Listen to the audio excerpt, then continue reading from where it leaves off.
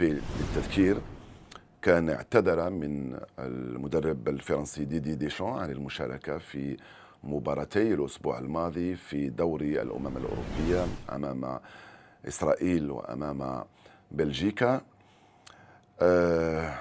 ديدي ديشان وافق على عدم مشاركة كيليان مبابي. مبابي استثمر في الأمر، سافر إلى السويد، كانت له سهرة هنالك في السويد. بعدها مباشرة تم فتح تحقيق في السويد بعد شكوى تقدمت بها فتاة إلى السلطات الأمنية في السويد تتهم فيها كيليان مبابي، لا تتهم فيها أو تشتكي من اعتداء جنسي حدث لها. الصحافة السويدية ربطت ذلك بكيليان مبابي. مبابي في الأول أو محيطه في الأول رفض التعليق على الموضوع وأبعد كل الشبهات المتعلقة به، ولكن صبيحة الخميس أعلن محيط مبابي بأن مبابي نعم كانت له علاقة جنسية مع فتاة سويدية، ولكن ينفي بأن يكون هناك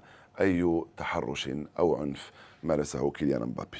كل وسائل الإعلام منذ البارحة في فرنسا وفي أوروبا وفي إسبانيا تناولت الموضوع من مختلف الجهات. مبابي يعيش ضغوطات كبيرة جدا، نقاط ظل كثيرة أيضا موجودة في القضية. مبابي في الأول حاول أن يربط ما سماه محيطه بالإشاعة، يربطه بمشاكله مع باريس سان جيرمان، وقال بأنه كان عندي لقاء مع الرابطة للحديث عن خلفية مشاكله مع البي اس جي ومطالبته ب50 مليون يورو من إدارة باريس سان جيرمان. هو محيطه تحدث عن أو أخلط بين هذه القضية وقضيته مع فريق باريس سان جيرمان والرابطة الفرنسية بشكل غير مباشر. أيضا إدارة باريس سان جيرمان عن طريق محيطها قالوا بأن احنا مستوانا أعلى من أن ننتقم من كيليان مبابي أو نمارس ممارسات لا أخلاقية ولا رياضية. مبابي في نهاية المطاف أقر عن طريق محيطه، عاد لمدريد، استأنف التدريبات الاثنين الماضي، والقضية تبقى مفتوحة بين ممارسة عنف من قبل كيليان مبابي أو علاقة بالتراضي بينه وبين الفتاة السويدية.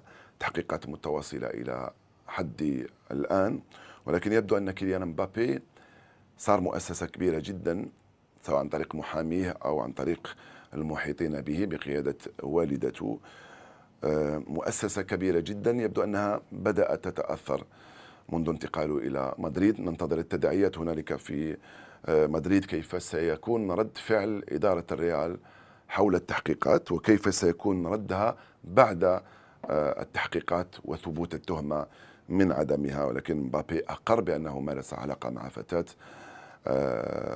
لا ندري إن كانت هي نفسها التي اشتكت إلى القضاء السويدي أم لا. القضية تبقى مفتوحة وسنعود إليها في حينها.